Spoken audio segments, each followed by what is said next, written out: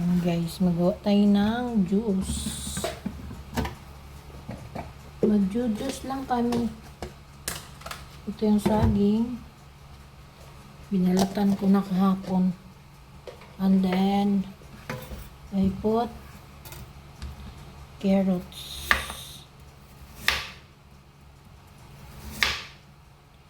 Banana.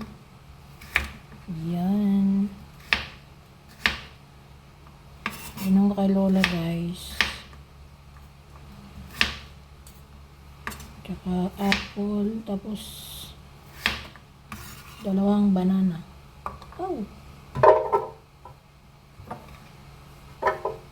Tapos lagyan natin ng apple. Inuna ko na to kasi bili pa to ng amo kung hindi masarap. Nagbili ako ng bago, napaka-crunchy.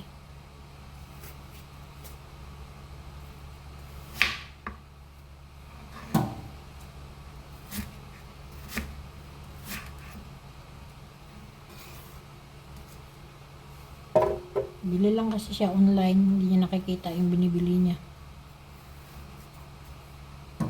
Pinapatid lang dito sa bahay.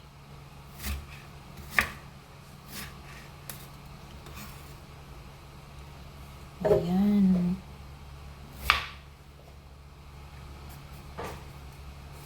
Sama ng balat. Taiwan ano to? Taiwan ano to? Apple.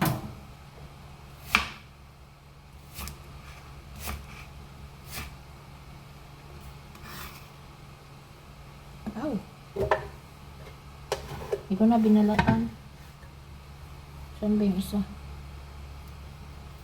Kailangan mo siguro itong liso. Ayan. Yung isa. So, ayan. Banana, apple, carrots. Then, lagyan ko siya ng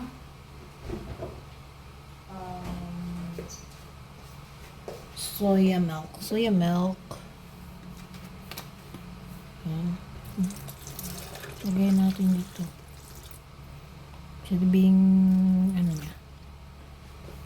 Ayan.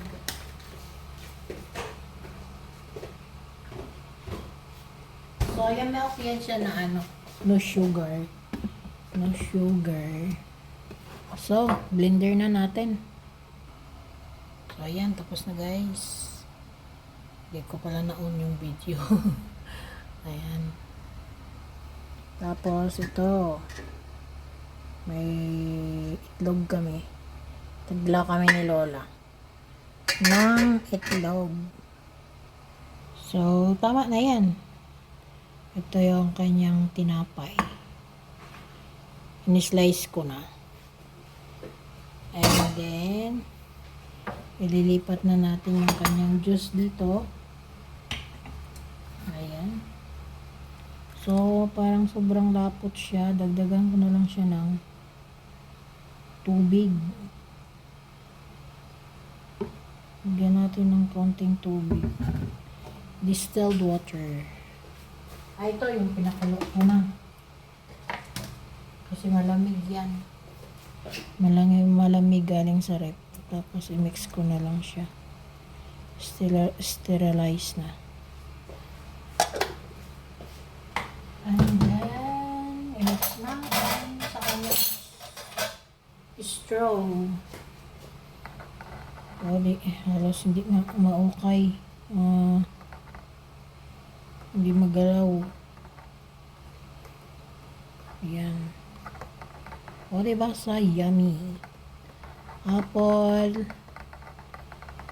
carrots, at saging. So, ayan na yung breakfast ni Lola. Tapos may tag-dalawang itlog kami. Diba? Okay na yan. Pwede na. Busog na dito, oh. Malaki pa yung ano niya. Siguro mga 500 ml to kanyang mug. So, yan lang guys. Maraming salamat sa inyong panonood. Bye everyone. The Breakfast of Grandma.